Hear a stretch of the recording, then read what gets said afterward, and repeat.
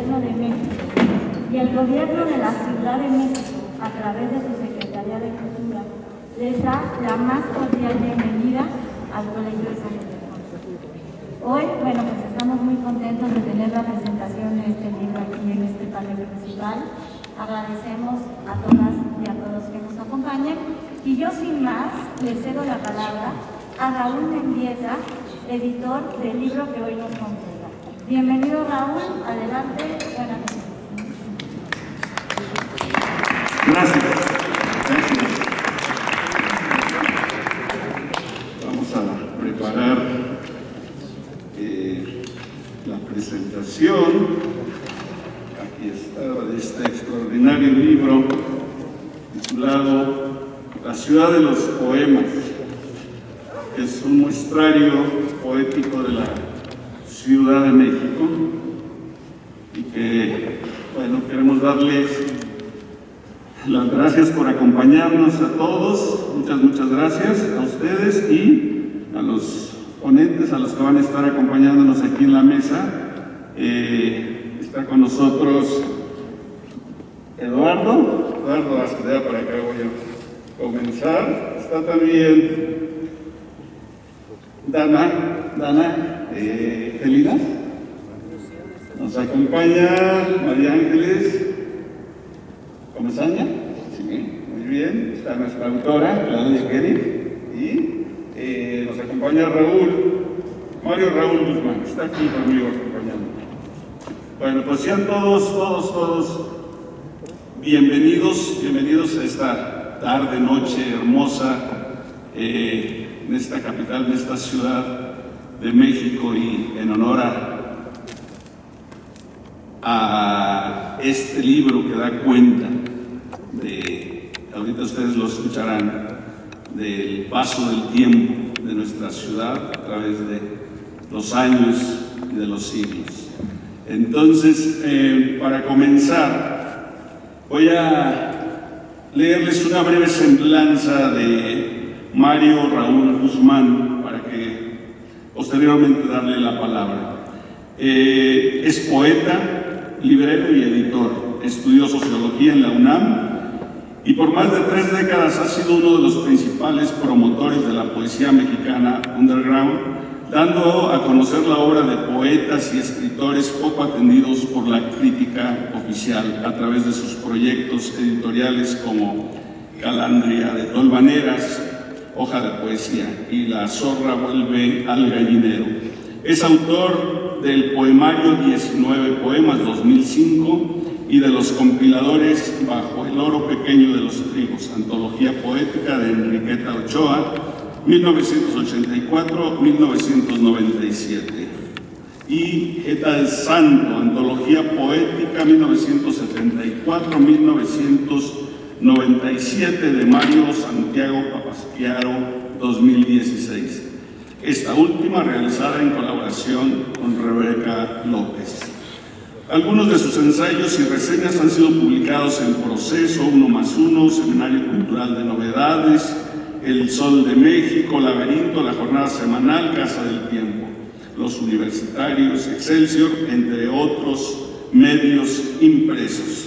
Pues bien, vamos a comenzar con esta presentación de este extraordinario libro para que nos cuenten nuestros presentadores qué es lo que contiene este libro, que tiene más de 1000 páginas, son 1120 páginas. Entonces, hay una recopilación que hizo la doctora Claudia Kerry, y que bueno, para eso estamos aquí, para dar cuenta de este trabajo editorial y de este trabajo de investigación de muchos años. Si les parece, voy a lanzar una pregunta para que ustedes vayan ahí también comentando lo que ustedes quieran, pero me gustaría preguntarle a Gabriel, ¿qué le parece el trabajo de investigación de Claudia? Ya nos contará, pero adelante con lo que quieras leernos y tus comentarios, por favor. Bueno, buenas noches. Voy a responder esa quería escribir el texto de la presentación para no dispersarme. Este libro no se dispersa y habría que intentar estar a tono con él. Mi texto se llama La Ciudad de México, su innumerable quién. 1. Ciudad que da vértigo. 1113 páginas. Las foliadas, 1113 páginas. Santo cielo, qué enormidad. Como cuando uno asoma la vista por la ventanilla del avión al llegar de día a la Ciudad de México. ¿A qué desmesura nos enfrentamos? O en la noche al presentir el resplandor inaudito del monstruo. Y si no hay pista disponible, la aeronave gira y va a dar una vuelta por el costado sur de esta monstruosidad. Allá la cadena montañosa del vulnerado Ajusco. Y regresa por el flanco norte, la mancillada Sierra de Guadalupe, una vez recibida la instrucción de aterrizaje. ¿Qué miramos que no sea desenfrenado caos dentro de cierto inexplicable, frágil, milagroso orden? ¿Desde dónde atisbaba la ciudad José Alameda? No lo sé, pero oigo lo que dice: vive Dios, que me espanta esta grandeza. Pánico escénico, similar pánico escénico me atacó a mí al recibir el volumen cuya presentación nos reúne en esta ocasión. ¿Cómo aterrizar un comentario inicial sobre este ingente trabajo? Mi primera impresión es que Claudia Kerik pone orden dentro del caos. Es un logro muy apreciable. Era más fácil desbarrancarse. Uno como lector agradece que la gigantesca cantidad de textos no sucumba en un volumen caótico, páginas y páginas en sucesión aleatoria. No, aquí cobran cauce, hayan acomodo en un trabajo bien estructurado. Las secciones o capítulos en que está integrado el libro no son compartimentos estancos, sino flexible concreción de criterios rectores de la obra. 1. Postales de la megalópolis. 2. Personajes capitalinos. 3. El poeta y la ciudad. 4. A pie o en transporte público. Las visiones de un flameado. 5. El amor urbano. Los 5 capítulos se comunican, se van entrecruzando hasta formar un tejido histórico poético complejo. Ocurre, por ejemplo, que un fragmento de poema, Hospital de Cardiología, de Pedro Guzmán, está en la primera sección y otro fragmento del mismo poema aparece en la segunda sección. El amplísimo arco va de la celebración de los dones de la ciudad a la repulsión de sus aristas execrables, del esplendor de la aceptación al esplendor del rechazo, nunca la indiferencia. Ese desplazamiento del punto de vista, ese vaivén pendular en la percepción poética de la ciudad se expresa muy bien en los 3 puntos suspensivos del título del poema de Isabel Fraile. Esta ciudad de la cual, a pesar de todo. 2. Un trabajo poliédrico.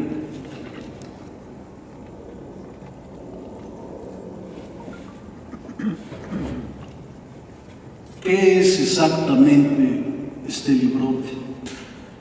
Un muestrario de huellas urbanas, una compilación exhaustiva, una colección de poemas, un repertorio poético de la ciudad, una historia poetizada, una memoria poética, una visión poética, un cuadro poético confiable de la ciudad a través del tiempo, una antología.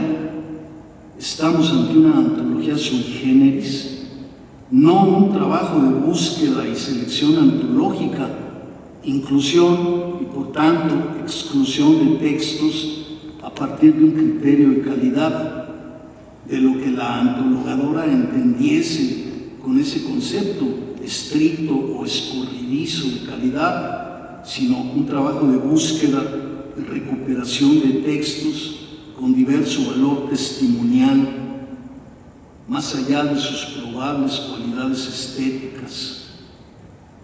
Sabemos lo que Javier Villaurrutia entendía en materia de poesía por calidad, y asimismo sabemos lo que varias décadas después Jaime Reyes entendió por calidad.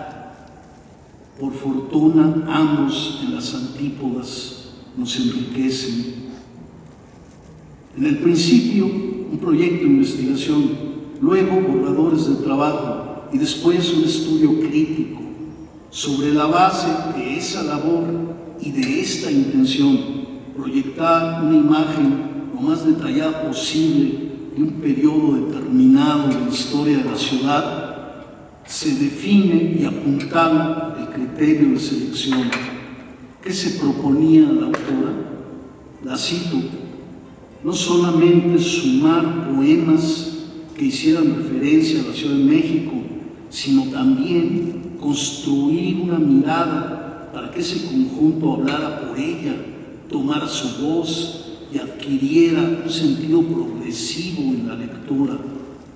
Ella afirma, refiriéndose a un poema de Solón de Mel, fechado en 1916 y titulado Oh, las normalistas, el valor de este poema radica, además, en su capacidad de resguardar y preservar la memoria de las calles de esta ciudad y la historia de sus edificios, la cual, en palabras de Guillermo Tobar de Teresa, es la crónica de un patrimonio perdido.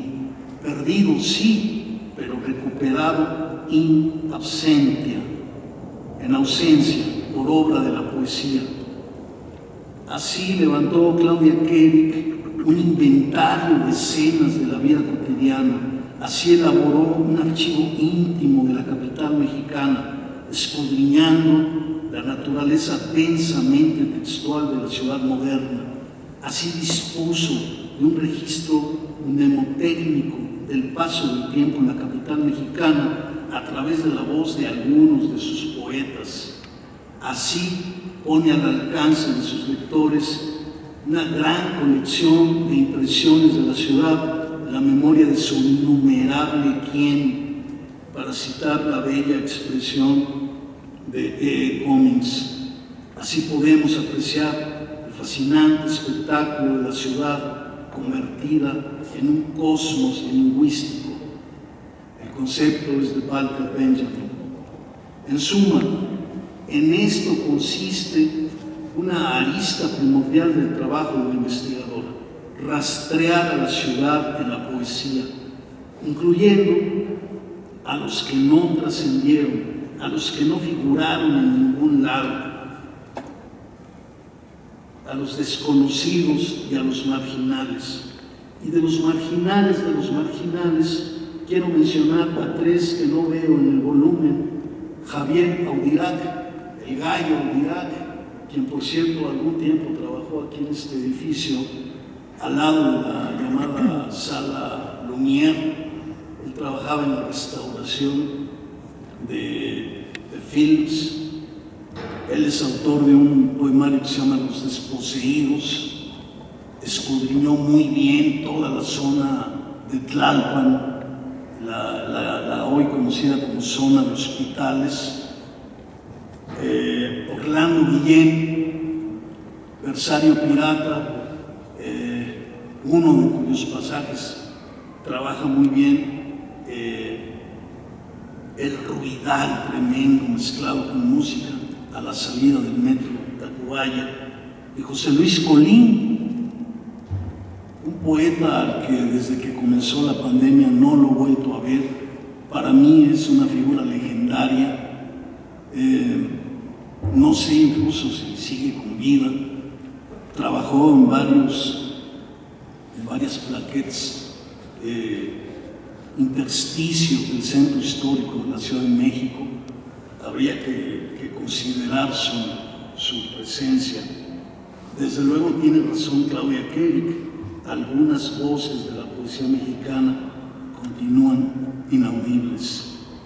3. La ciudad en el vaivén pendular de los poetas.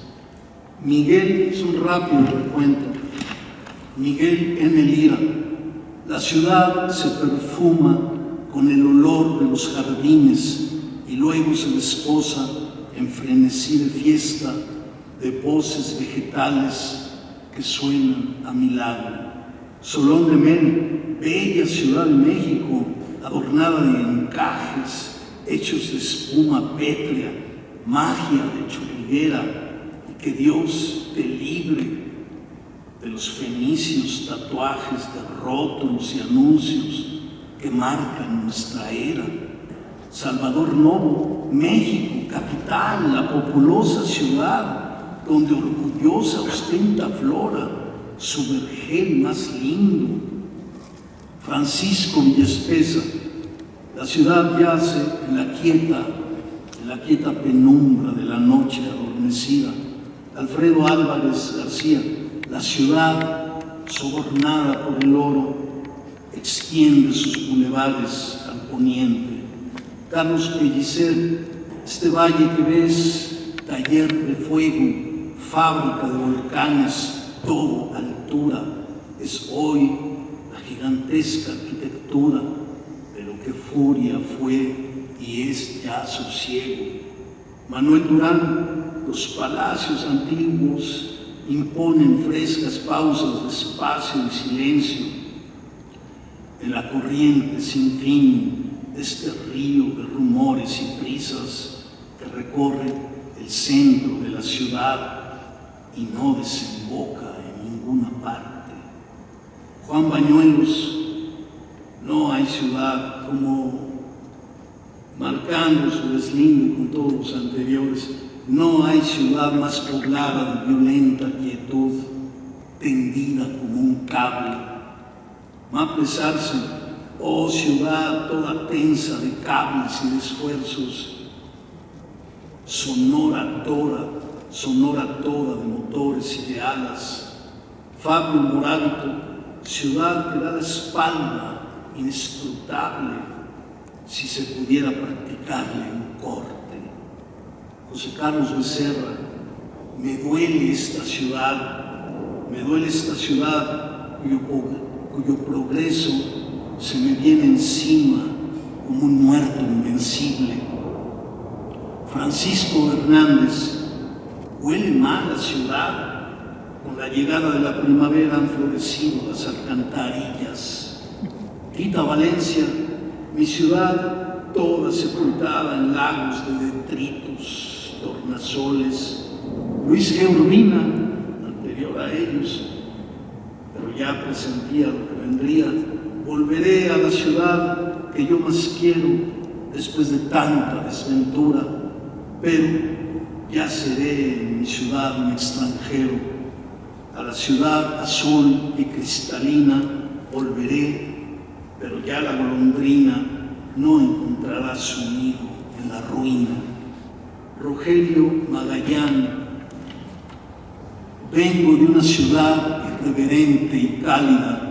Sobre la inmensidad del valle se ve como una costra delirante, exhalando un aliento de monóxido. Renato Leduc, sin afán ulterior de comprenderte ni redimirte, he mirado la lepra de tus calles, unas veces desde un globo cautivo y otras desde las torres de tu catedral. Isaac Berliner, ciudad de los palacios, tú, cara pétrea, un rosario de montañas a tu valle te abraza, tus entrañas fruto de salvajes contrastes, de soledad y hambre, de alegría satisfecha. Luciano Publi, vieja ciudad sin intestinos, retratada en la sucia tarjea de la muerte, con músculos gotosos que profanan los anhelos humanos.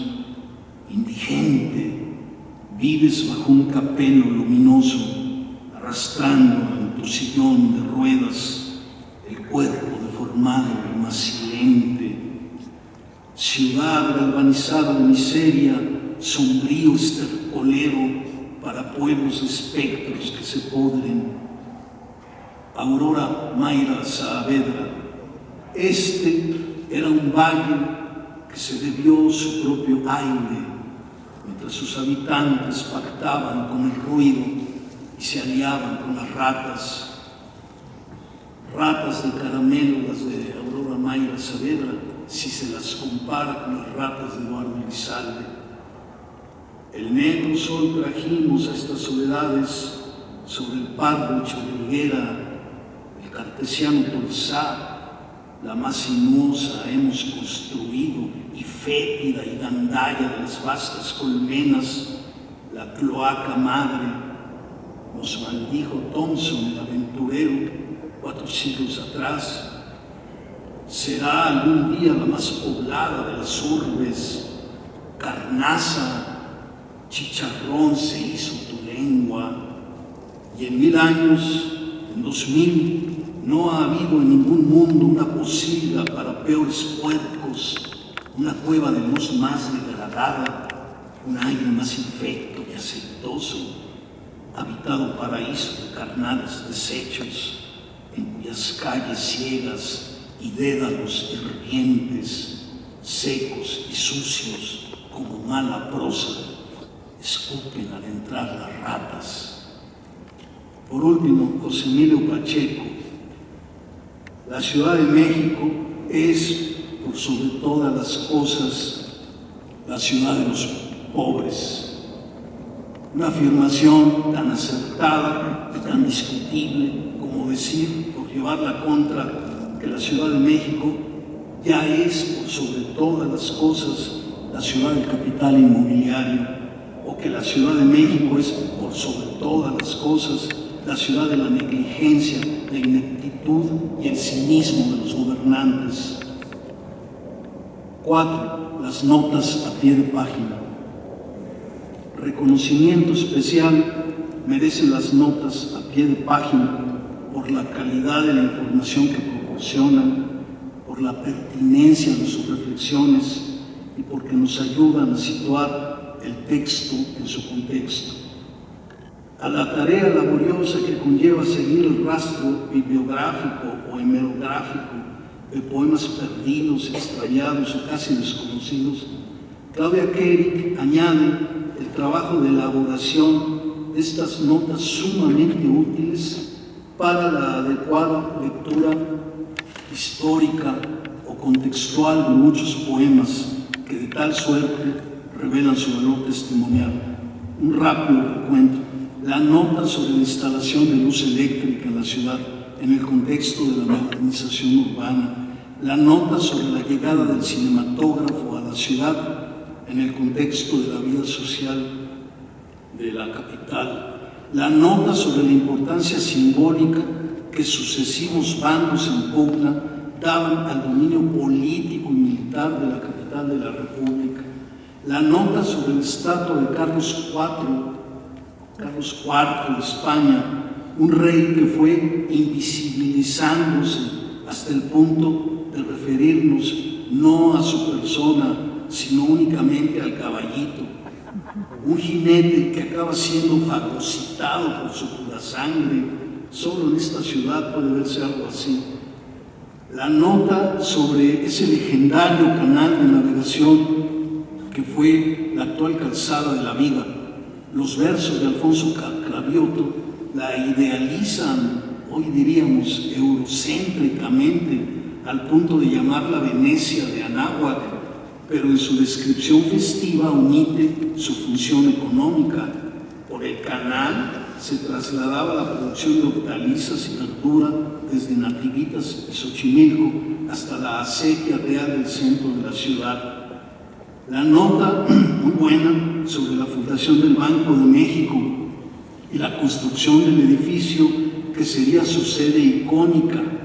La nota explica cómo el Art Deco implicó un lenguaje arquitectónico y un discurso visual. Una nota, por cierto, mucho más interesante que el poema panfleto de Solón de Mel. La nota sobre el bosque de Chapultepec a propósito del inusual lienzo poético de Francisco Monterde. La poesía sirve también para rastrear la localización de ciertas estatuas. Lo que demuestra Claudia es que hay algunos poemas referidos a alguna estatua, fechados, que si los buscásemos hoy veríamos que ya no está ahí la estatua a la que hace referencia el poema. La nota sobre el temor que nos inspiran los temblores por las tragedias que conllevan. Mónica Mansur: la catástrofe estaba próxima, casi predecible, en esta ciudad de escombros que se pensaba inmóvil. Podría haber sido una avalancha de hombres o de piedras, pero primero se movió el piso. El texto de Alfonso Reyes sobre el carro de basura, al que él ve como un carro alegórico, rodeado incluso por un cierto aire carnavalesco. Reyes dice percatarse de que el barrendero, al detenerse estático, es que los ángeles se han apoderado de él. El texto es como una nota a pie de página de un poema que el autor de 20 y tantos gruesos tomos nos quedó a deber. Prefiero a Luigi Amara. Latas vacías, envases, uñas, briznas de lo que fuimos, cáscaras y ceniza, servilletas, papeles que no alcanzaron ni el fuego. Alguien que hurga en nuestra bolsa de basura, hurga también en la entraña.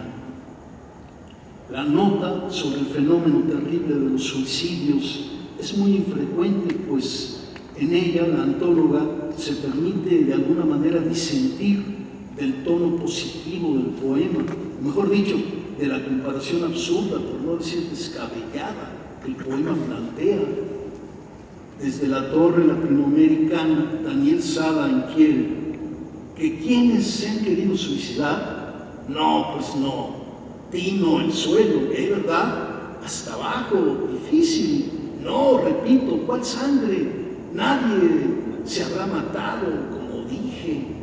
Anda tú con tu vértigo en ayunas. Y un tal Solón de Mel, en muy bien rimados tercetos, en el parque silente, como rosa caída, del rosal espinoso que se llama la vida, encontraron el cuerpo de la bella suicida.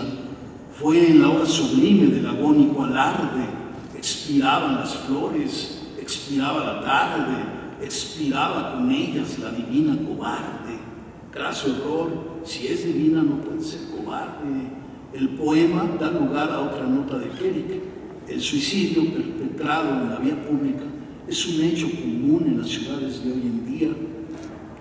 Otro problema terrible por su alta incidencia es el de la muerte por atropellamiento. Yo sostengo en mi dolor que la Ciudad de México es la capital de los muertos por atropellamiento, aunque digan que hay otros datos. El tema brillaría por su ausencia, pero Juan Bañuelos nos salva y nos fustiga con una línea, una nomás. En la quijada de un perro atropellado escribo: basta. Asimismo, Gerardo Denis, al atropellado le encantaban las crucíferas, consta en la agenda hallada en su cadáver.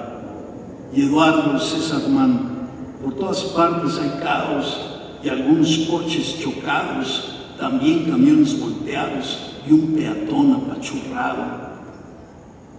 Alguien que firma como Aboar el monal clama, desde ahora atropéllame, oh ciudad desmedida, y cuéntame entre tus peatones. Y en algo que leeremos como imprevisto comentario a esa plegaria, Luis Llamar escribe: el peatón reducido a rara avis, funambulista de su desventura.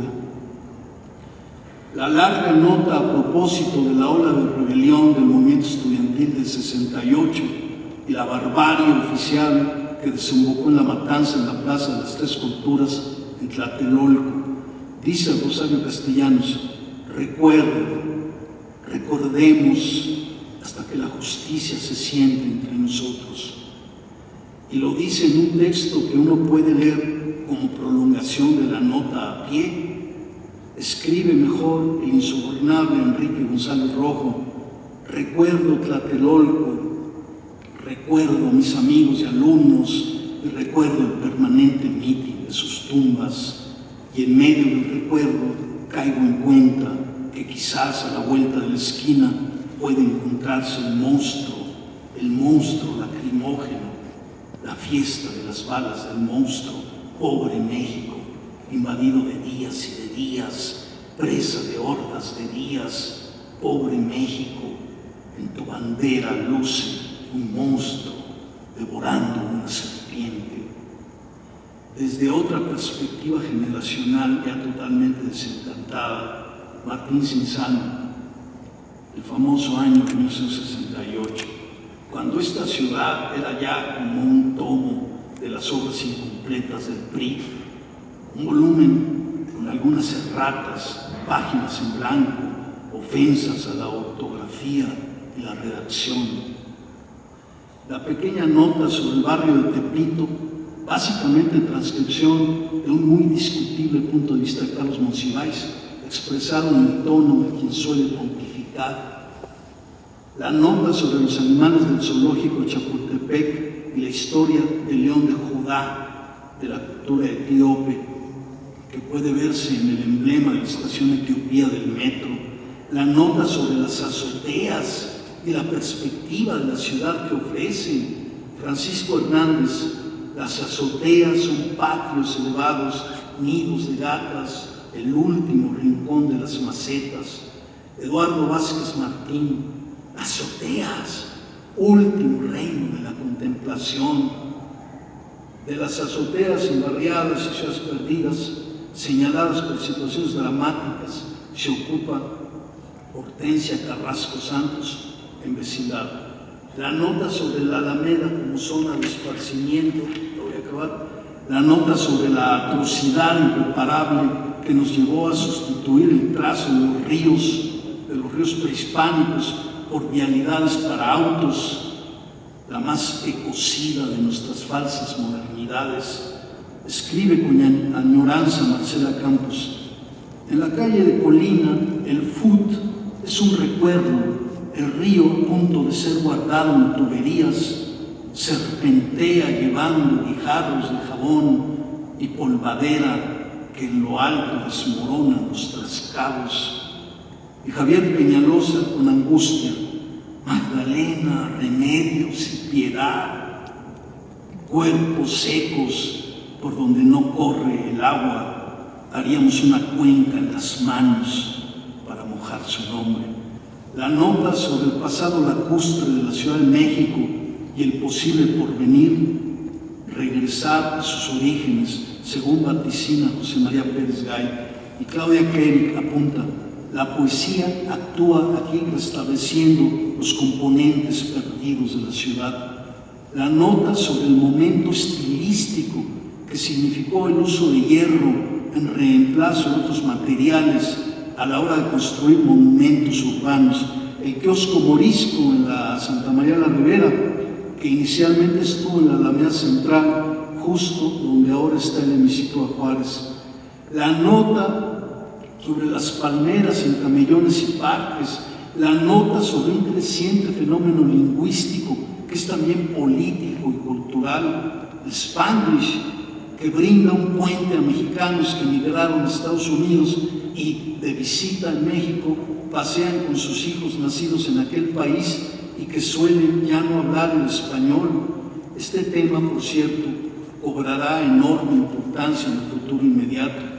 La nota, mi preferida, sobre el poema de Gutiérrez Nájera, es el largo y aún enormemente disfrutable paseo en decasílabos por la ciudad de la élite porfiriana, celebración de la ociosidad finisecular y proclamación melodiosa de un privilegio sociocultural. La duquesa Job es quizá la encarnación subliminal de la poética ágil, nerviosa, blanca, delgada del propio Gutiérrez Nájera. Su poética no se da humos de gran señora, pero nadie en su época la igualaba en elegancia y ligereza.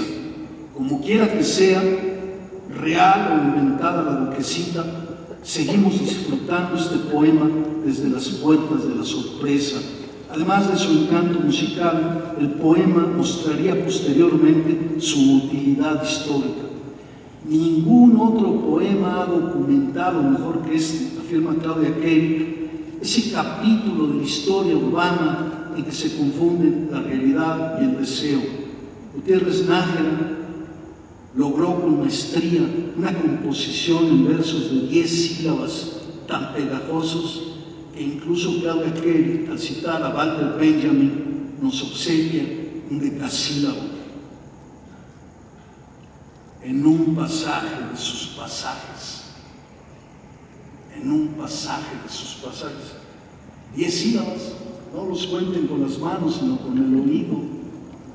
La nota sobre la utilización de la poesía como campo de batalla para campañas de desprestigio moral mediante composiciones que justifican o implican denigración de la homosexualidad, señalamientos discriminatorios, homofobia en suma. La nota sobre el clima de violencia e indefensión de los habitantes de la ciudad a manos de la delincuencia, clima que prevalece cuando priva en la ciudadanía la desconfianza hacia las autoridades y en la que se confunden policías con ladrones y asesinos con policías, a propósito de las fechorías de una banda que sembró el pánico en la capital entre 1913 y 1919, conocida como la banda del automóvil gris. Contigua a la anterior, la nota sobre las relaciones, préstamos o influencias en materia de figuras prototípicas de la vida popular y personajes a veces memorables, a veces estereotipados del cine, a propósito del poema La Terciopelo de José de Jesús Núñez y Domínguez. Vengo del corazón de la barriada y me llena un profundo desconsuelo, pues vi a la Terciopelo en medio de la calle apuñalada. Ah, qué triste mirada la de sus ojos de color de cielo. La nota sobre la azorada experiencia de mujeres de provincia recién llegadas a la capital, o mejor dicho, sobre cómo las miraba un provinciano que ya había probado el mismo trasiego, López Velarde. La nota sobre artistas y poetas inmigrantes que imprimieron su sello a la vida cultural de la ciudad, a propósito de un poema en el que Mayakovsky deambula por el centro histórico. La nota sobre la presencia de la comunidad judía en el Parque México del Hipódromo Condesa, que luego fue desplazándose hacia el poniente de la ciudad. La nota sobre los mecapaleros, cargadores, Tamene. La nota sobre las mutaciones de la avenida Madero, otrora calle de Plateros y antes calle San Francisco, una de las vías más transitadas del centro histórico y escenario de caminatas, sobre todo desde que se volvió calle peatonal.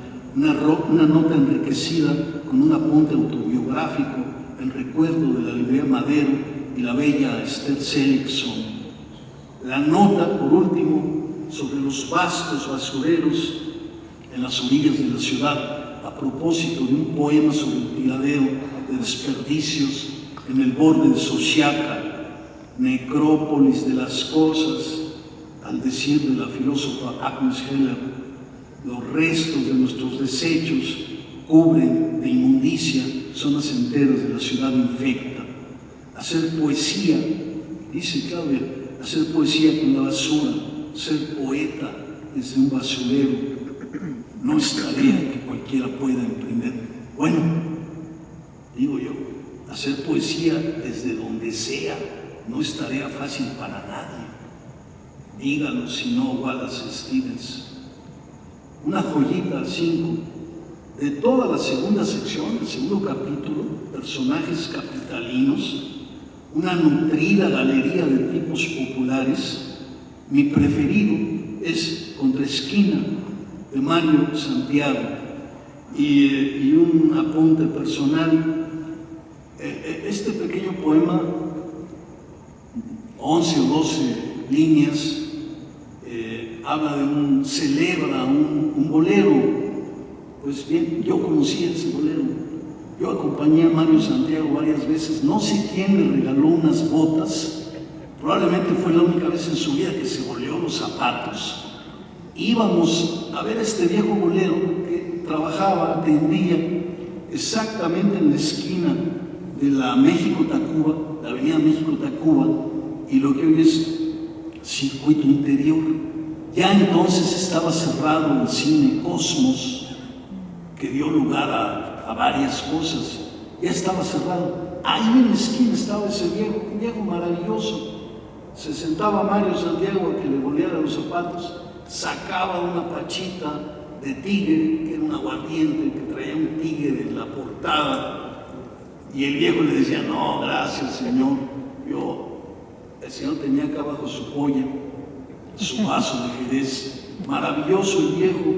Y puesto que no es mucha la extensión del, dice 401, me voy a permitir leerlo porque este poema es muy interesante, y perdón por muchos otros. De este capítulo hay mucho moralismo en los que escriben respecto a tipos populares. Mario Santiago no incurre en ese error. El poema dice así: lustra los zapatos a los reyes, escupe sobre el cuero, le saca filo al cepillo, enjabona su tortuga, es un turbante su trapo, sus manoplas, las rocas de mi tufo me conmueven. ¡Ah, qué botas! Ríe, chifla como un ave a la orilla de la calle, donde vive, suda, se rechinga, negro y bajo, gordo, diablo, en su banco, sin espantos. Por último, una ausencia imposible, la del gran cocodrilo Efraín. Razones ajenas a la voluntad de Claudia Kerik impidieron la inclusión de poemas de Efraín Huerta, ausencia resarcida en parte mediante observaciones puntuales sobre su trabajo. De modo que al examinar el sustrato irónico de un poemínimo, dispense usted las molestias que le ocasiona esta obra poética. Claudia Kerik formula comentarios sagaces acerca de las relaciones entre las obras de remodelación urbana y el trabajo del poeta. En virtud de esta sincronización, Huerta integra señales urbanas en sus versos y el quehacer poético se aprecia de tal suerte como una obra en construcción. Una vía tan ancha y transitada como el circuito interior hallaría en 1977 veloz respuesta poética de Efraín, tan festivamente atento a las mutaciones incesantes del irrefrenable monstruo urbano. Amor se llama el circuito, el corto, el cortísimo circuito interior en que ardemos. Gracias. Gracias, Mario. Es un recorrido por todo el libro y bueno, ya cada uno tendrá oportunidad de recorrerlo a profundidad. Y bueno, vamos a dar paso a nuestra siguiente presentadora. Ella es Dana Gelinas es traductora y editora, nació en Monclova, Coahuila y estudió filosofía en la Universidad de Guanajuato.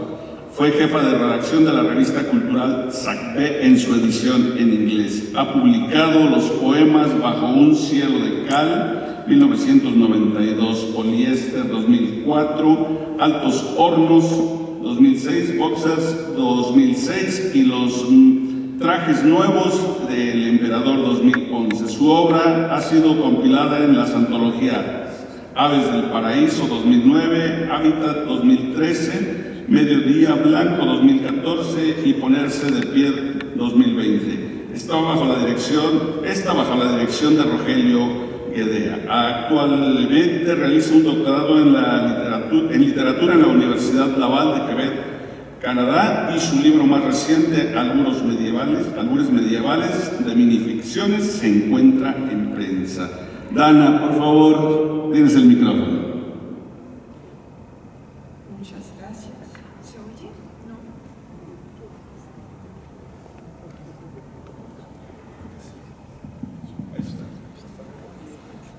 ¿Se oye? Sí, ahora sí.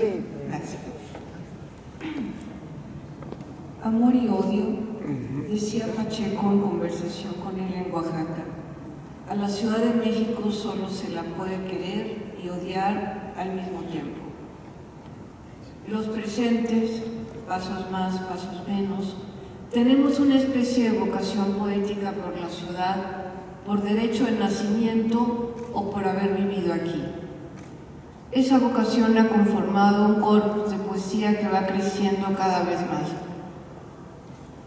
Si ese cuerpo de poemas ha crecido desmesuradamente, se ha hecho evidente gracias a las diversas antologías realizadas.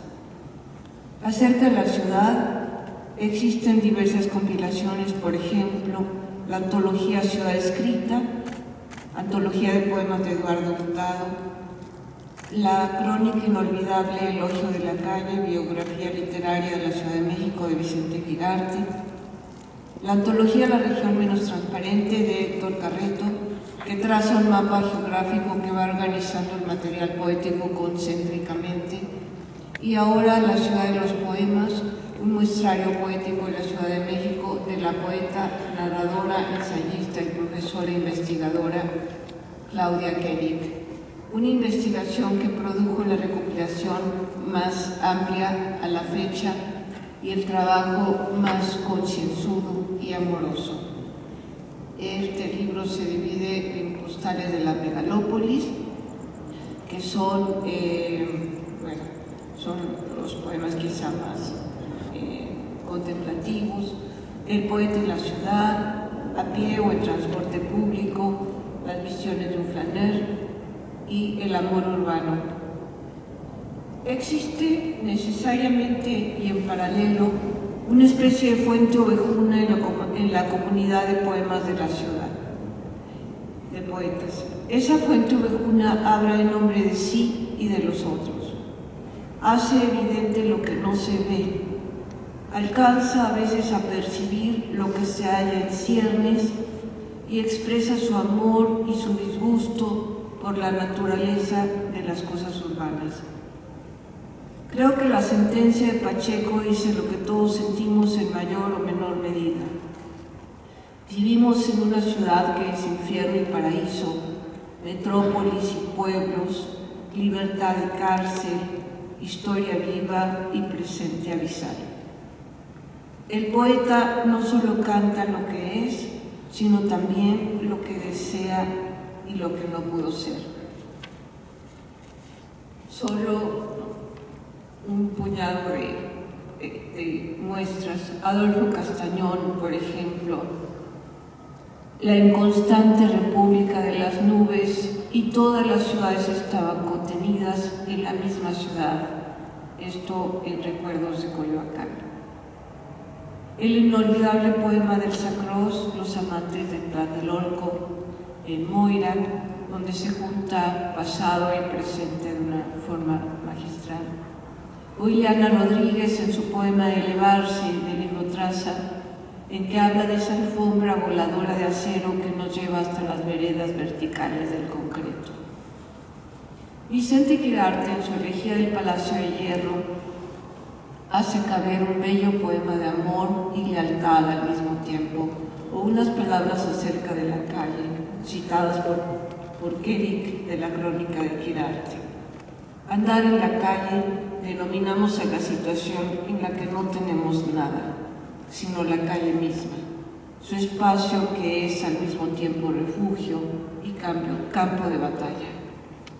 O estas palabras de Luis Miguel Aguilar en el poema Coloquio, en su libro Todo lo que sé, dirigidas a los que se internan a peregrinas horas y deshoras por sus calles.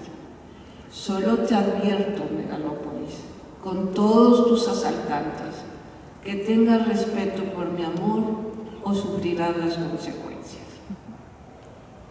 El corte del tiempo, un siglo, hace que se aprecien el tiempo dando la vuelta en su pesada rueda. Los poemas lejanos en el tiempo de hace un siglo y tanto varían en forma de los escritos al inicio de este siglo XXI. Ni siquiera me detengo en ello. Basta incluso comenzarlos a leer.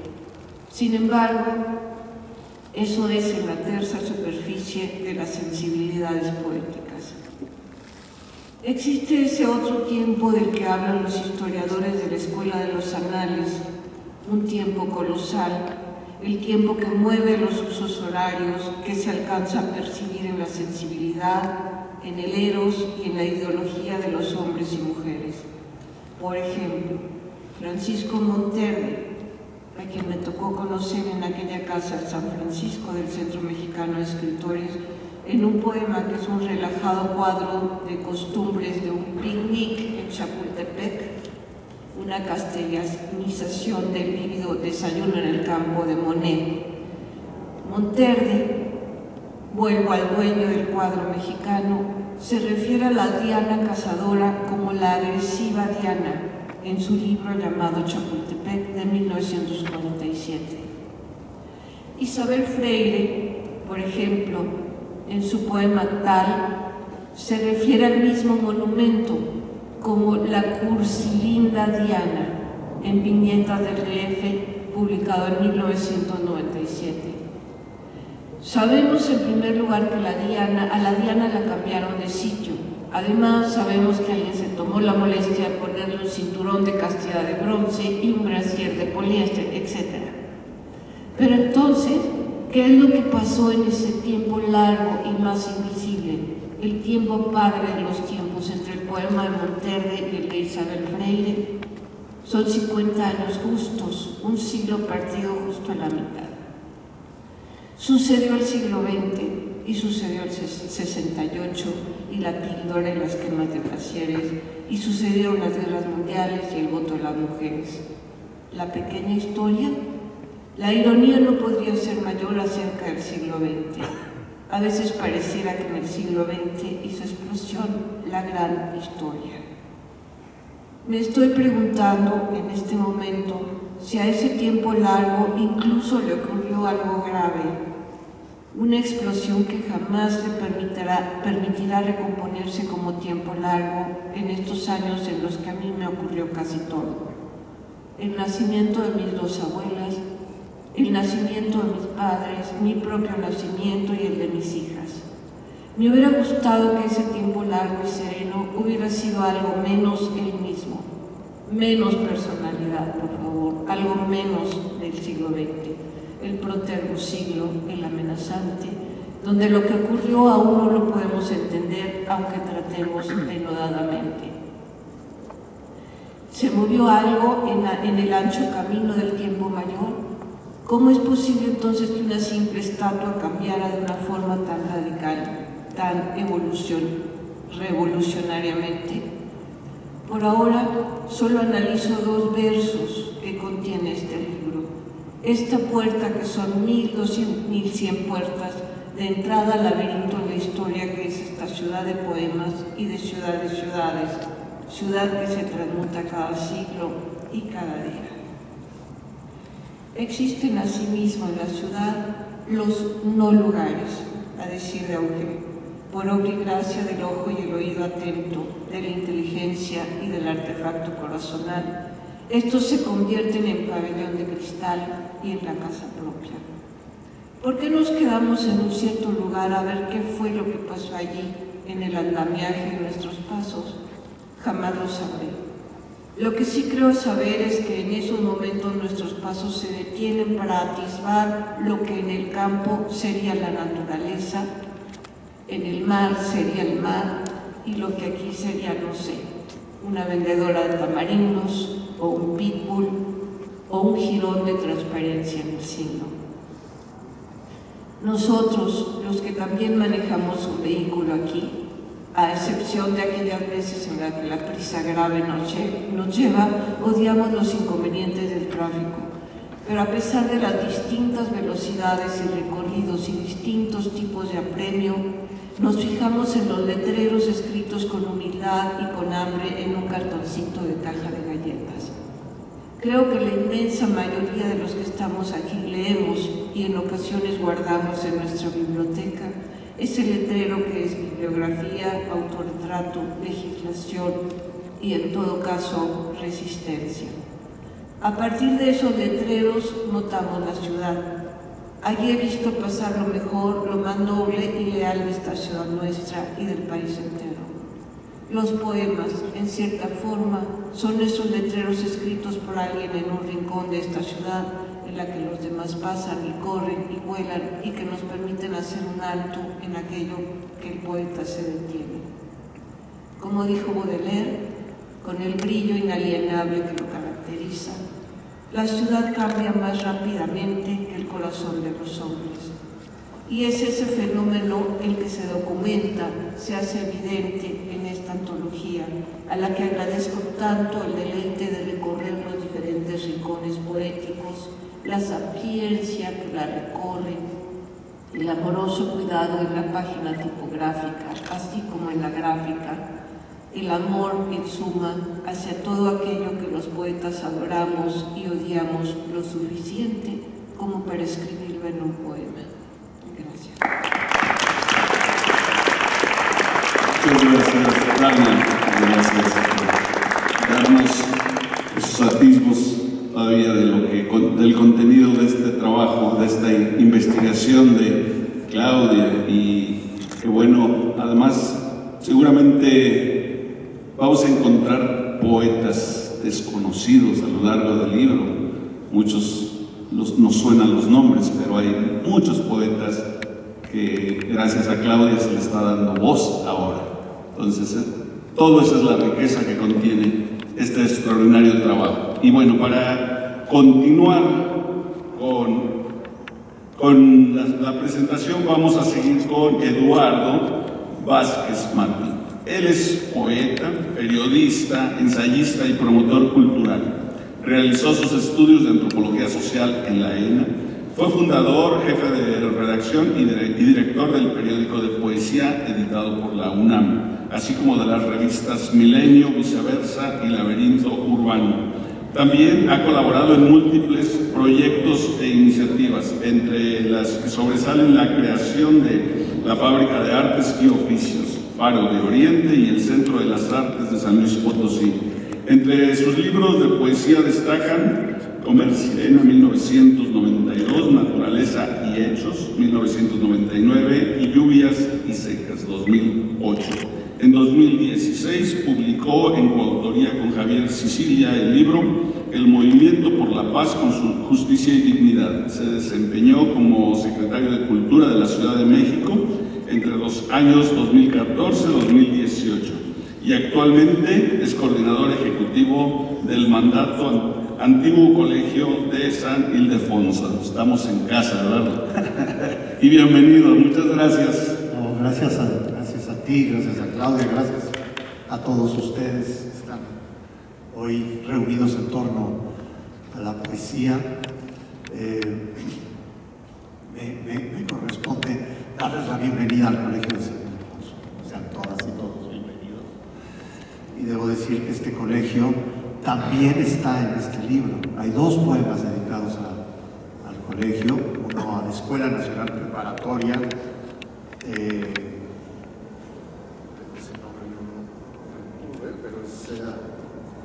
de Luis Albeláiz Pozos, es un poema evocativo de la Escuela Nacional Preparatoria, de lo mucho que quienes pasaron por esta escuela como preparatoria escribieron. Es un tema que está presente en la literatura y justamente pronto se hará una cátedra. Octavio Paz, que parte de lo que tratará es de ver las sucesivas generaciones literarias que han ocupado esta casa. De manera que para San Ildefonso es un honor tenerlos aquí. Y desde luego el otro poema es nada menos que el Nocturno de San Ildefonso de Octavio Paz, poema que ha llevado incluso a la decisión de las autoridades del país a que próximamente las cenizas de Octavio Paz y de María José Tramini vengan a esta casa donde Octavio Paz estudió la preparatoria, y estarán en un memorial que para eso se ha construido acá muy pronto. No es raro que esté el Colegio de San Ildefonso, porque está la ciudad entera. La ciudad es inabarcable. Nosotros, a diferencia de otros habitantes de otras ciudades, vivimos en una ciudad que asumimos jamás conoceremos en su totalidad, que siempre habrá barrios, calles por conocer, y ese asombro hacia una ciudad interminable se ve incluso en el tamaño del volumen. Recuerdo que decía a la Torre, ¿no?, de los 1001 años de la lengua española, que decía, bueno, es que decir 1001 años es decir todos los años, es una manera de decir los infinitos años de la lengua. Pues este libro, que tiene más de 1001 páginas, de alguna manera es un libro interminable.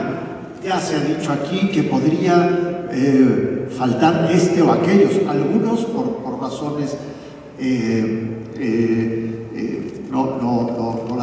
no las conozco, pero lamentables. Desde luego no está, por ejemplo, el que ya se ha citado mucho aquí, Efraín Huerta, que para muchos es uno de los poetas de esta ciudad, de los grandes poetas de la ciudad.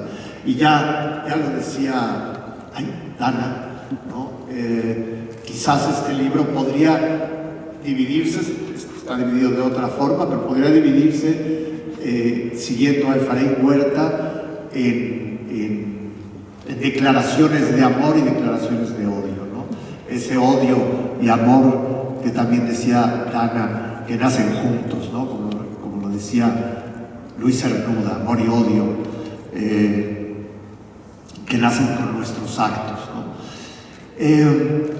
¿Qué hay en este libro? Yo pensaba en 2 o 3 ideas que me gustaría reflexionar. Ya se ha velado aquí, y lo hace muy bien Claudia, de Walter Benjamin. Ustedes recordarán ese libro de Benjamin sobre Baudelaire, una edición que se llamaba Poesía y Capitalismo, recuerdo, Pentábulos. Benjamin decía que el poeta que había estado en la Edad Media, estamos hablando del poeta europeo, del poeta en la cultura occidental, que había estado en la corte, que vivía de la corte, el capitalismo y el fin del mundo, del feudalismo y del mundo cortesano, lo arroja fuera de la corte y va a vivir como un habitante sin casa, sin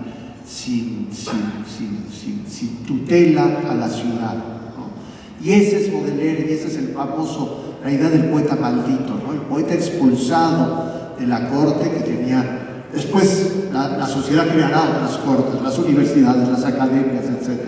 Pero ese momento en que los poetas son expulsados de la corte y se convierten en habitantes de la ciudad, un poco viajeros por la ciudad,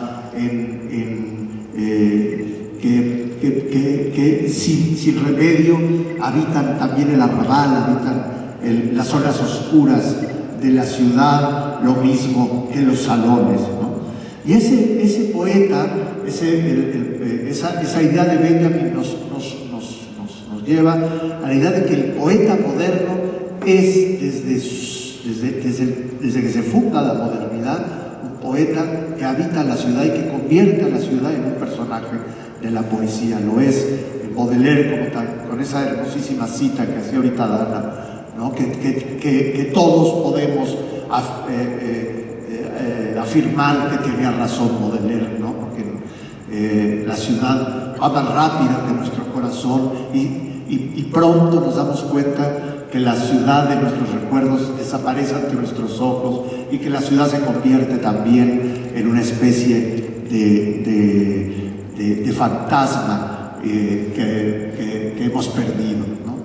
Pero esta idea de la ciudad y del poeta y la ciudad está presente en el libro en dos capítulos que podrían ser uno y que se relacionan mucho, ¿no? El poeta y la ciudad, y el poeta y el flaneur, el paseante, el que habita la ciudad y la navega como un Ulises en su Odisea. La ciudad como gran aventura, habitar la ciudad como la gran aventura del poeta.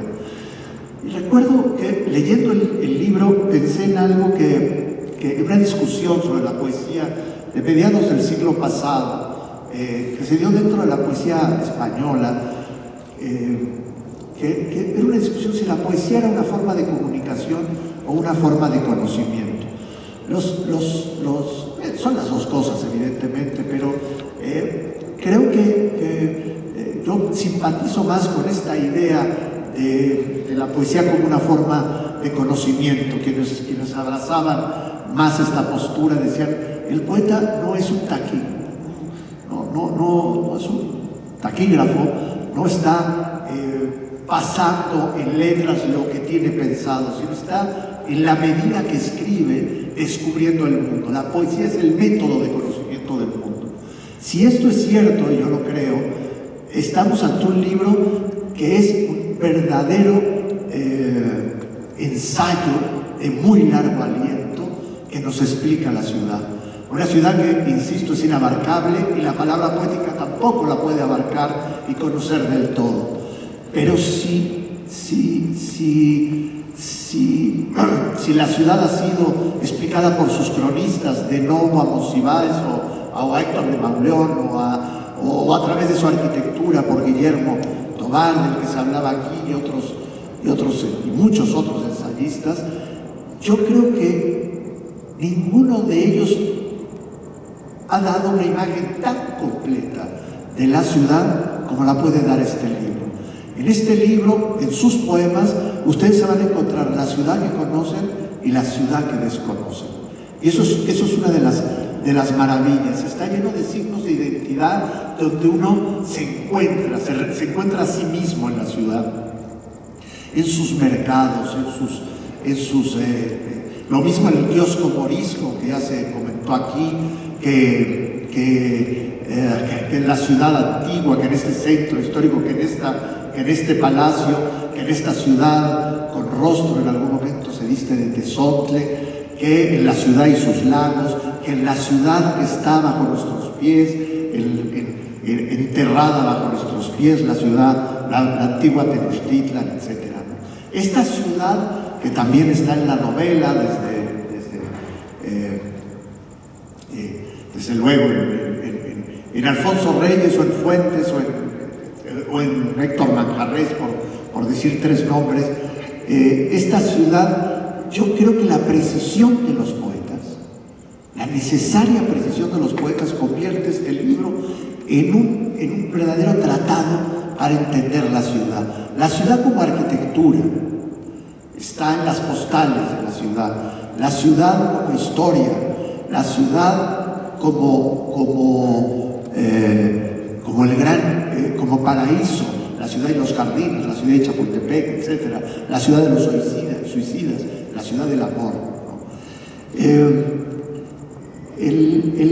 La lectura de este libro me hace pensar además en las múltiples lecturas. Como la ciudad misma, uno puede darse a la tarea, como hemos hecho quienes nos ha convocado Claudia a leerlo y presentarlo hoy, empezar por el primer poema donde aparece la luz en la ciudad y terminar en el último poema.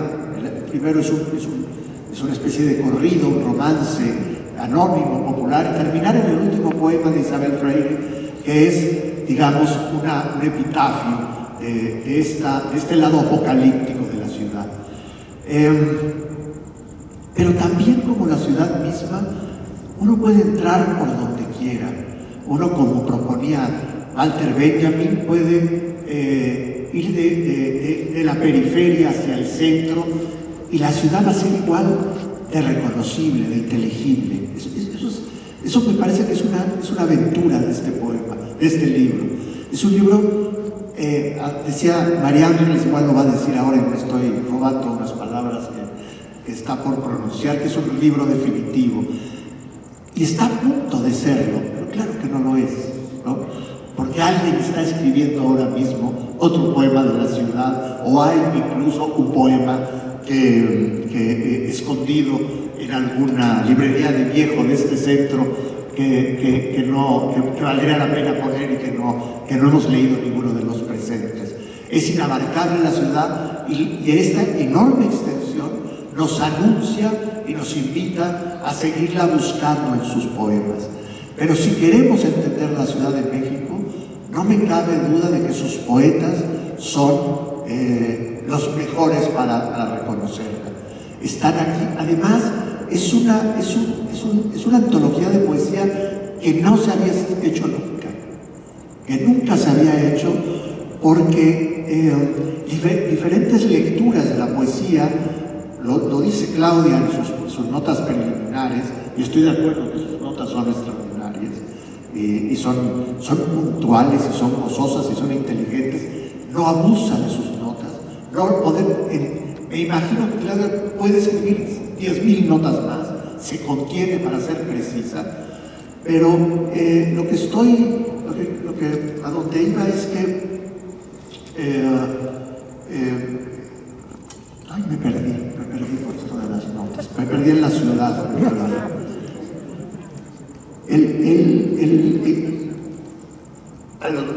Gracias por las palabras.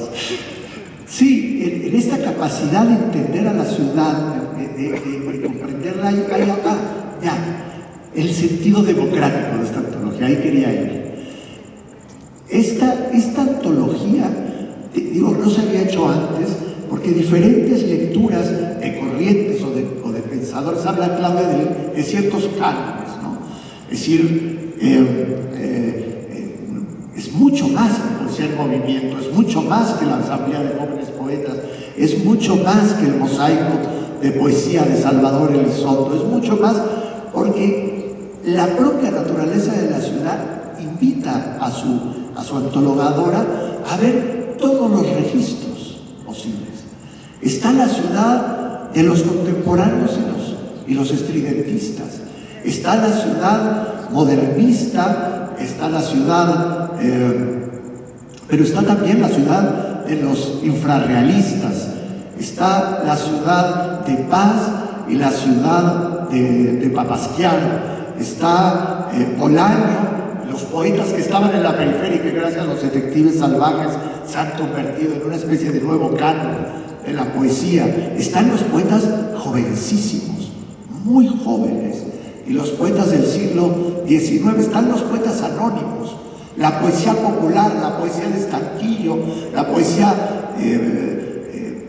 que cantaba a lo mejor Hechos Chuscos, la poesía que canta la fiesta de los 41 en la época porfirista, y está la poesía más estilizada, más barroca, más compleja. De manera que en este libro caben todas las poéticas, como caben en la ciudad.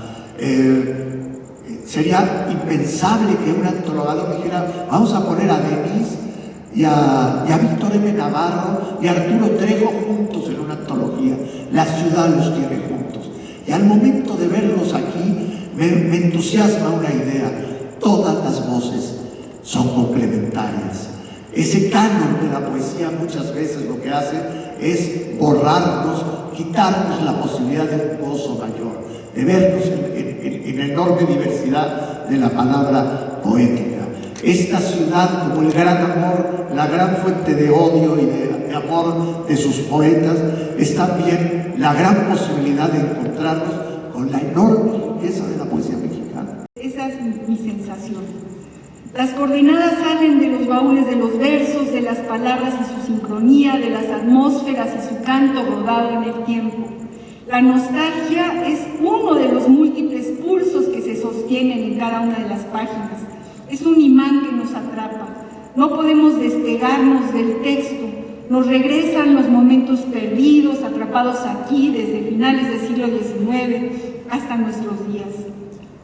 Leemos los versos compuestos para una ciudad pequeña, colonial, porfiriana, que todavía existe en algunas esquinas: el Paseo de la Viga, la Alameda, el Desierto de los Leones, los Palacios, San Ildefonso. Una ciudad que enciende los reflectores de la electricidad en las noches oscuras y prende sus anuncios, dulce cortina que se desdobla en escenarios íntimos detrás de las ventanas. Nos detenemos en una colección de personajes imperdibles, icónicos, que dibujan y desdibujan la ciudad. Desfilan en escena aquellos oficiales de todo que dan servicio y ponen en marcha la vida cotidiana. Hablamos de los afiladores, la mecanógrafa, la mesera, el gendarme, el borrachito tirado en la calle, el indigente, el líder, el maestro de escuela, el forjador, los boleros, el cartero, el cilindrero, el pobre, el funcionario, etcétera, etcétera, etcétera. Balán Rodrigo, que aquí tomo un cachito de su poema, nos lleva, por ejemplo, a la sastrería de su tío y nos dice: con hilos de nostalgia y agujas de silencio, la greda pinta su raya en el casimir de la memoria, y la cinta métrica mide los latidos junto a la escuadra que tiene esquinas pero no manzanas. Los afilados dedos de mi tío don Leonel trabajan y surcen los lienzos del relámpago y su trueno. Luego seguimos la pista del poeta y la ciudad, que abre con un poema anónimo que apareció por primera vez en una hoja volante en los últimos años del siglo XIX. Se trata de 34 quintillas que van a describir con la gracia de sus rimas espacios, edificios y gente que conformaban aquella ciudad de los albores del siglo XX, exaltada como un surtidor de atmósferas, sabores y colores que el poeta consideraba lo más bello y celestial. En esos versos de hace más de 100 años nos encontramos todos. Ahí encontramos nuestras huellas atravesando el tiempo y las mismas calles. De esas piedras surgió este poema anónimo que iba de mano en mano con la semilla que después iba a florecer en otros surtidores de versos dedicados a nuestra ciudad. El poeta expresaba en él, en la brevedad de la primera quintilla, toda su fascinación por la gran urbe. Quien quiera la gloria ver, que venga a México luego. Es un paraíso de fuego, es un celestial placer que vuelve la vista al cielo. Con esa misma fascinación, Claudia Queric recogió la semilla y la hizo florecer en la ciudad de los poetas. La sensación infinita de ir recorriendo nuestras calles desde el temperamento de los poetas nos depara una lección de lo que hemos sido y lo que somos. Desde esta orilla poética se despliega la historia misma de la ciudad, su esencia, su atmósfera. Podemos sentir aquella angustia y aquel miedo de los momentos más duros, los terremotos, las huelgas de obreros y campesinos, el movimiento estudiantil del 68, las matanzas, y podemos también retomar la felicidad a tope en los momentos más gloriosos, los festejos patrios, los paseos en parques, los domingos en nuestro bosque de Chapultepec endomingado, las fiestas de los barrios. La ciudad crece y crece, llegan al interior miles y miles de personas que quieren habitarla, vienen de su pobreza a fundar sus exilios. La poesía lo denuncia, habla de las heridas de los cerros que se quedan pelones, llenos de viviendas de cartón, y la ciudad se estira, se desdibuja y se la traga el tiempo. Comillas, calles de cemento que caminan por donde iba el río, postes de luz pública parados en el lugar de los árboles antiguos, nos dice el poeta Bonifaz Muñoz. Entre los caminantes, en su trayecto por las calles sin rumbo fijo, aparece la noche, el mediodía, el camellón que espera en las palabras, el taxi que Gabriel Said aguarda sin la esperanza de que llegue. Tomamos vuelo, nos subimos a vagones eléctricos o hacemos la parada al camión que tiene nombres largos y apellidos: el Fundidor, a la Villa, Sierra Vista, Ticomán. Se cuelgan los anuncios de las cadenas comerciales venidas del país del norte. Ahí el manifiesto del taller de la gráfica popular. Ahí poemas como Welcome con pitas con sus ilustraciones militantes. Ahí los poetas estridentistas.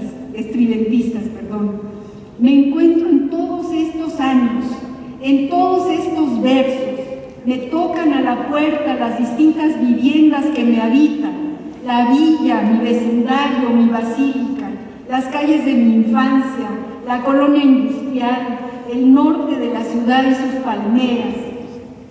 En estas más de 1000 páginas encuentro la brecha de lo más entrañable de mis amigos más cercanos.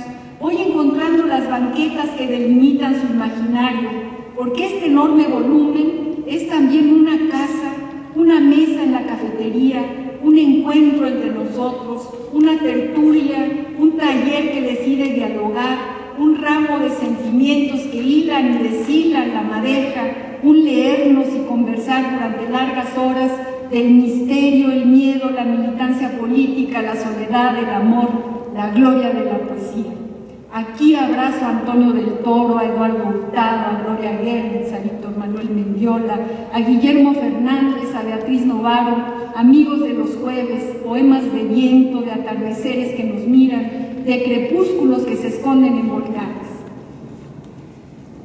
Abro comillas, esta antigua ciudad montada sobre el agua, donde el aire se agita, como dice en su poema Jaime Labastida, está en nuestra vida, en los zaguanes de la noche, en las aceras, sobre la hierba, bajo un árbol, como anotas Sabines.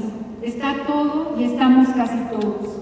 Claudia Queric nos dice, los poetas caminan por calles distintas, aunque se ubiquen siempre en el mismo lugar. Y continúa, sembrar en el poema, a veces sin saberlo, la memoria de un tiempo que recobrará una parte de su sentido cuando un lector atento recupere su lectura. Y continúa, una ciudad que tiene una identidad clara, hecha de la suma de todos sus momentos y de la yuxtaposición de todas sus edificaciones en un solo paisaje. Este enorme volumen, continúa diciéndonos su autora, aspira a ser una memoria poética de la capital mexicana en su ingreso a la modernidad o una historia poetizada de nuestra ciudad que abarca desde fines del siglo XIX hasta nuestros días. Estoy segura, Claudia querida, que lo logras y con creces. Felicito calurosamente la llegada de este trabajo. Es una fundación. Qué alegría estar aquí. Felicito a su autora, Claudia Queric, por la paciencia, el tiempo de su investigación, que me consta hizo con un esfuerzo de años, y sobre todo felicito y admiro su amor a la ciudad, que la recibió en el exilio, su amor a la poesía. Pues un trabajo de estas dimensiones solo se puede hacer con un enorme amor. Felicito calurosamente a Hugo Raúl Miranda Carranza por una curaduría iconográfica fuera de serie, sin competir, acompaña de manera virtuosa a la poesía. Felicito a la diseñadora editorial Patricia Reyes por la interlínea, la tipografía, la caja donde acomodó estas maravillas. Y ya para terminar, les recomiendo esto que recomienda el libro. No tomen pulque gacho. ¿Quieren gozar de alegría? Tomen del que vende Nacho, aquí en la Ana María. Muchas gracias. Gracias. Todos queremos escuchar a nuestra investigadora, a nuestra antologadora de este trabajo que seguramente nos platicará el tiempo que tuvo que transcurrir, muchos años de trabajo, pero que aquí está, nos ha entregado este hermoso libro, y para la editorial pues nos llena de mucho orgullo ser partícipes. Gracias, Claudia. Antes les voy a leer para que conozcan a nuestra investigadora quién es. Ella es Claudia Kelly, nació en Buenos Aires, Argentina, y radica en nuestro país desde 1970. Es ensayista, poeta, traductora y profesora investigadora en la Universidad Autónoma Metropolitana, Unidad Iztapalapa. Es egresada de la Universidad Hebrea de Jerusalén y el Colegio de México, donde obtuvo el grado de doctor en Letras Hispánicas con una tesis sobre la representación de la Ciudad de México en la poesía mexicana. Sus principales líneas de investigación son las vanguardias artísticas, la poética urbana de Walter Benjamin y la condición judía en los escritores de la diáspora. Ha colaborado en las principales revistas y suplementos culturales del país como Vuelta, La Cultura en México, Letras Libres, Nexos, Confabulario y Laberinto, entre otros. Ha publicado los libros Poemas Escogidos de Yehuda Amichai, la Semana Publicaciones Israel 1996 y Editorial Vuelta 1990. En torno a Walter Benjamin, UNAM 1993. Mira, tuvimos más que la vida, nuevos poemas escogidos de Yehuda Amichai. Elefanta, editora 2019, y La Ciudad de los Poemas, muestrario poético de la Ciudad de México moderna, de Ediciones de Lirio. Gracias, Claudia, y contigo el micrófono para que nos cuentes. Bueno, yo no voy a hablar mucho, estoy muy emocionada. Me he preguntado muchas veces cuál es el impulso que está detrás de este libro y me lleva a mi llegada a México a los 13 años. Yo llegué con mis padres huyendo de Argentina y cuando llegamos al aeropuerto, eran los años convulsionados de Sudamérica. Cuando llegamos al aeropuerto le pedimos al taxi que nos lleve a algún hotel, yo creo no muy caro, y el taxi nos llevó a Tlatelolco, a unas suites que se llamaban Tecpan y que estaban en la Plaza de las Tres Culturas. Mi llegada fue a la Plaza de las Tres Culturas, yo era una chica de 13 años y salí a recorrer el lugar y me impresionó la estatua de Cuitláhuac en Reforma. Y hace como 5 años, muchas décadas después, regresé a ese lugar queriendo encontrar el hotel aquel a donde había pasado el primer fin de semana. Después rentamos un departamento en la colonia San Rafael y nos fuimos de esas suites.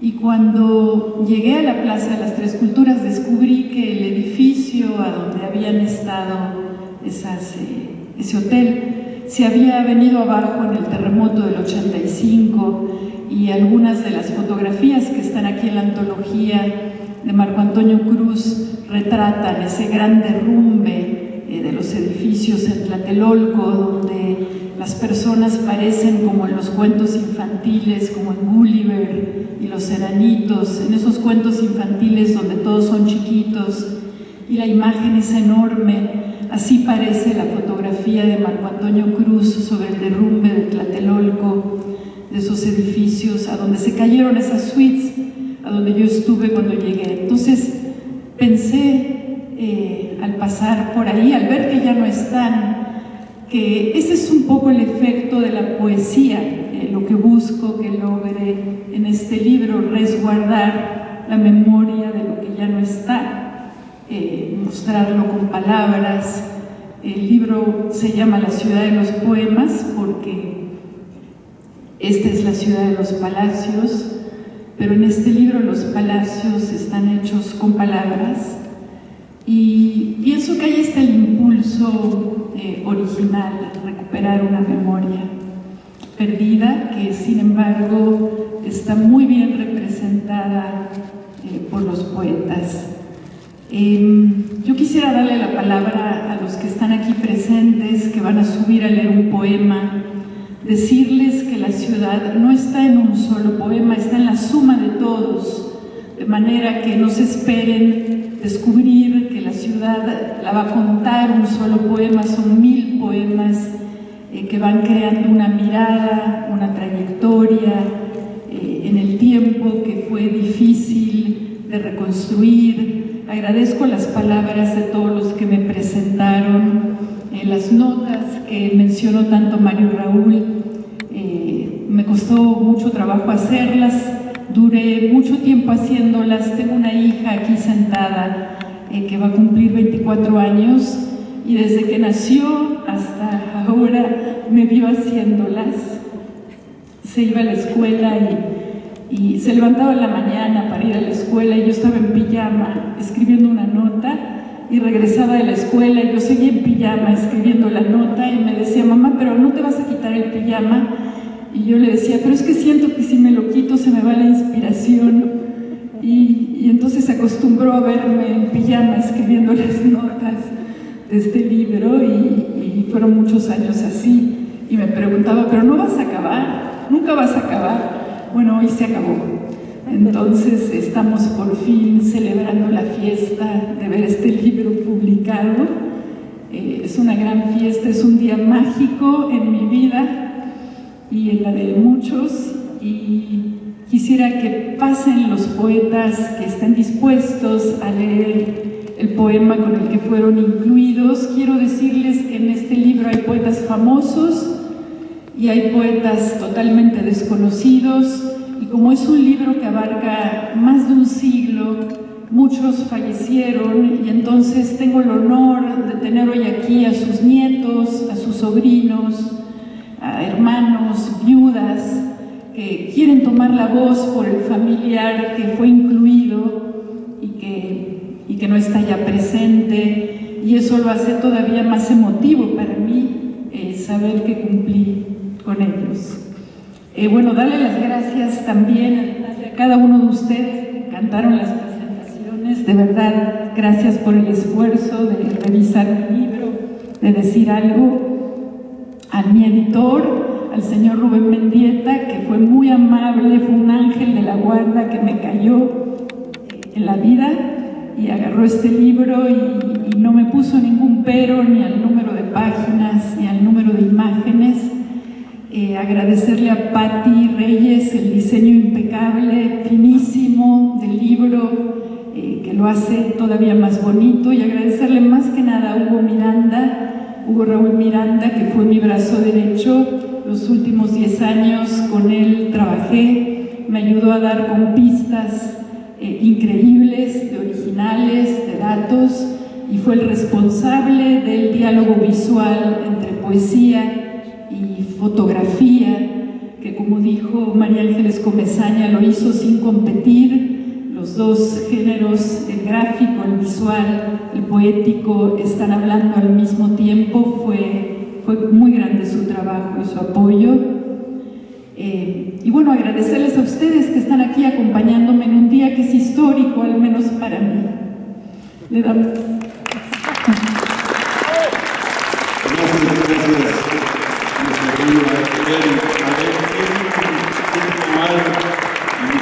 Para que vaya adelante. Bueno, ahí viene